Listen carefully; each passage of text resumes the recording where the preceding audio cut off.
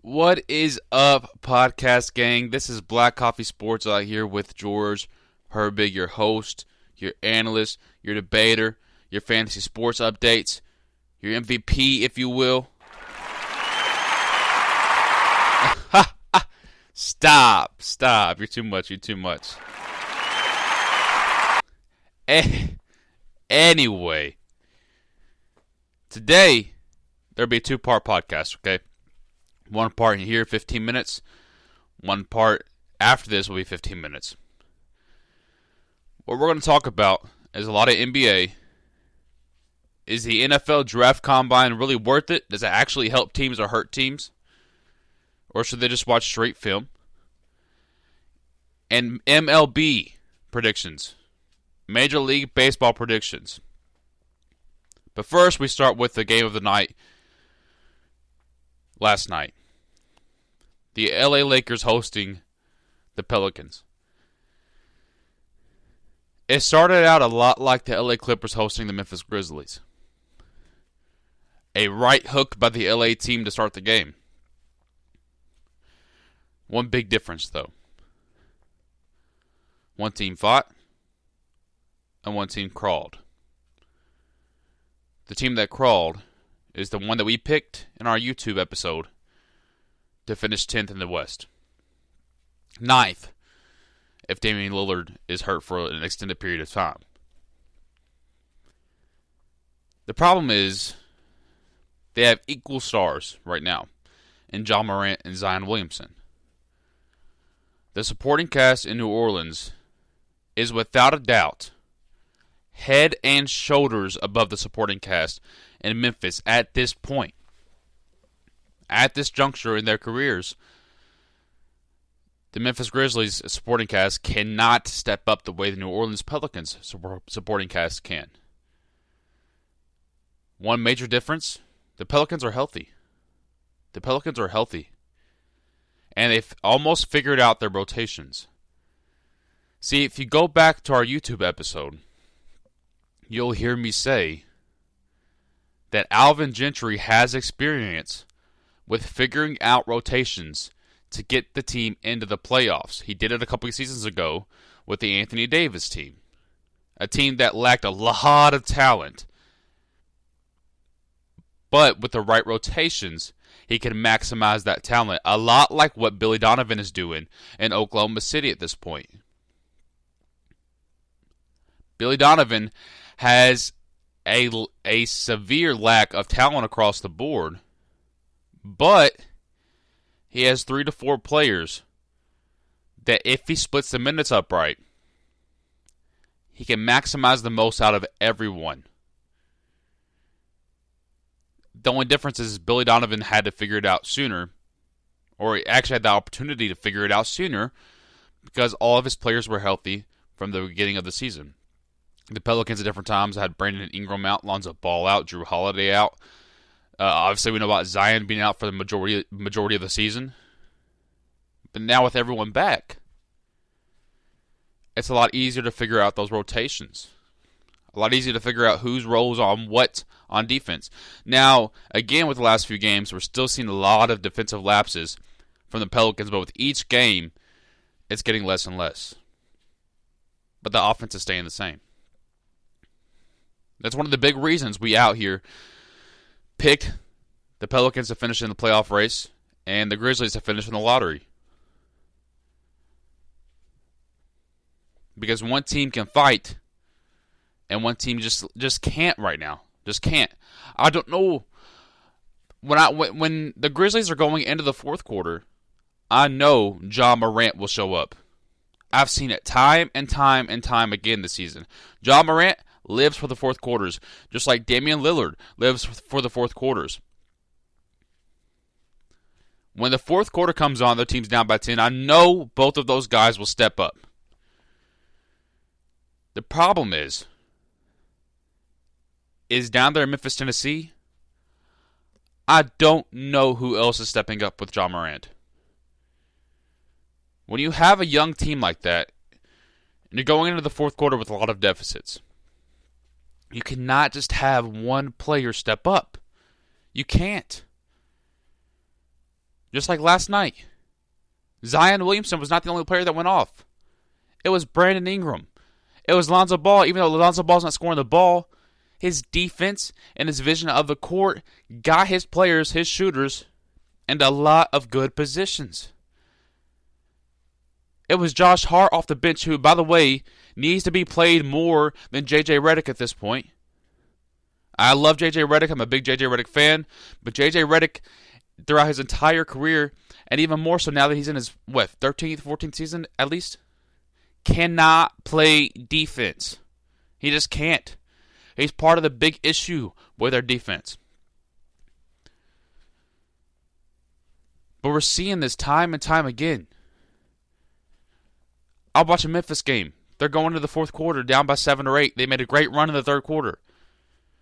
I've seen this time and time again where John Morant goes in the fourth quarter, goes off, but his team still loses. It's because of Dylan Brooks is bricking up a shot that he shouldn't be taking. Jaren Jackson is disappearing. I can't find him, whether he's in the locker room getting an injury update or he's in the corner not doing anything on offense. Or Brandon Clark isn't getting the minutes over Jonas Valanciunas, who, by the way, has the worst negative on that team, even though he's the oldest player on the team. Their backup center is outperforming their starting center since he's been acquired through trade in Gorgui Dieng. I don't know what I'm getting from Memphis. I know when I tune into a Pelicans game, I'm getting a high dosage of Brandon Ingram, Lonzo Ball, and Zion Williamson. Then off their bench, I'm getting a high dosage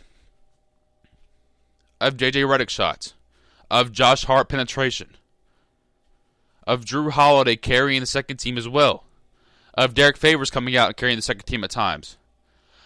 I know the Pelicans' identity. In Memphis, what is your identity?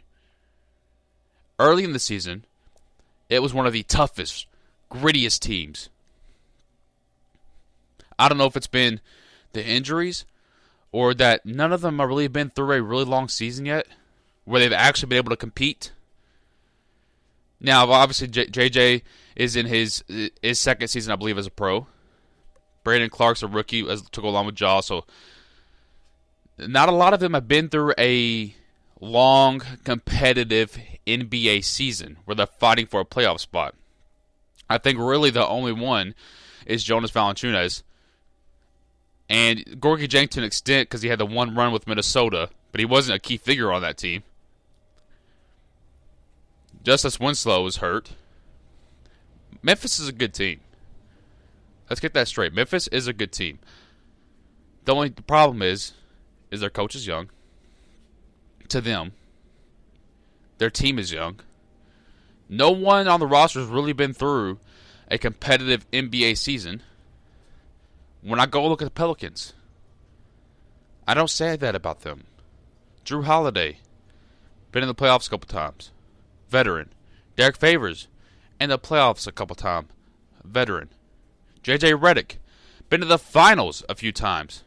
And has not missed a playoff season. Has not missed the playoffs in any of his NBA seasons. Lonzo Ball and Brandon Ingram have been on a team with LeBron James. And while they weren't in playoff contention, they know what it feels like to be under pressure. Zion Williamson has been under pressure since he's 13 years old. This team, and the reason I picked them to make the playoffs. I don't see them folding under pressure. Last night in Staples Center, a sold-out crowd, a playoff atmosphere. When I turned on that damn game last night, it was electric. LA comes out, 18-4 run. What happens? What happens in response to that? Drew Holiday hits a three. Zion Williamson explodes over LeBron James and throws down a dunk. Brandon Ingram gets penetration, gets some free throws. Lonzo Ball finds Zion Williamson in the corner. Zion Williamson drives in for a layup. The team responds by playing great fundamental basketball. When I watched the Pelicans last night and the Lakers, I saw a great fundamental basketball game. Yes, the Pelicans lost, as the Pelicans should lose in that scenario. Anytime Danny Green and KCP go off for the Lakers, the other team should lose. Do you know why? Because anytime two star players have help, it's unquestionably advantageous for that star team. There's no doubt in my mind that the Lakers can absolutely turn it on in the playoffs and win a championship, and you saw it last night. Anthony Davis goes 6 for 21 from the field with like 3 air balls, and they win the game by 10 against a decent team. In fact, one of the best teams in the NBA since the All-Star break. You don't believe me? Look at the numbers. One of the best offensively efficient teams in the NBA. Defensively, still have some lacks. Offense, I know I'm getting Drew Holiday. I know I'm getting J.J. Redick, even though he can't play defense. I know I'm getting Brandon Ingram and Lonzo ball penetration. And I know I'm getting Zion that can out-bully you. He out-bullied LeBron James 2 specific times last night. When I turn on the game against 2 teams that are competing for the same spot, I see a team that can go out and grab it, and I see a team that keeps falling down. That's why the Pelicans will make the playoffs. And the Memphis Grizzlies will probably be picking Jordan Ward in the draft. Moving on to the NFL Combine. The NFL Combine is one of the most overrated things in sports. Patrick Mahomes has 2 little hands, falls down the draft board to Kansas City, goes on to win a Super Bowl. MVP in his first 2 seasons. The NFL Combine is an absolute joke to me. Too often we're criticizing guys for having 2 little hands. Their 4 times are too slow. Their 40 times are too slow, I should say. 4. Their 40 times are too slow. They don't do enough reps. Or the exact opposite of that. Wow, that's a fast athlete. Oh my God, did you see how many reps he did? But can the man get on the field and run a route? Can he get down in a 3-point stance and hold a block? The quarterback, yes, he has big hands, but can he throw the ball accurately?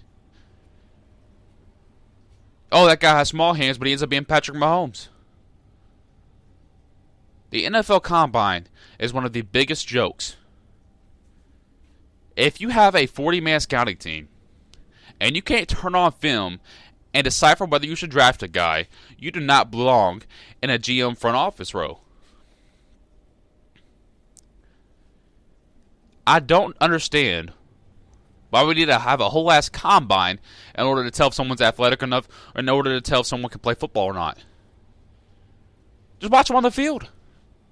Watch what they do on the field. That's like someone going to college for 6 years. Someone going to college for 6 years, right? Getting a whole master degrees.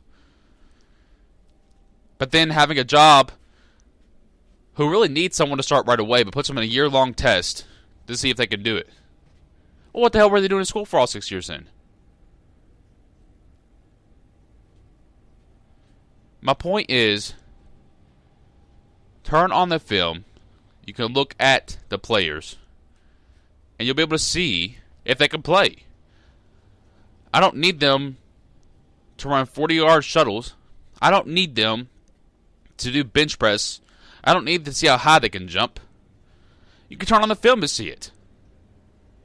The NFL Combine is one of the biggest jokes to me. Because really, who are we getting out of the NFL Combine that we didn't already see coming?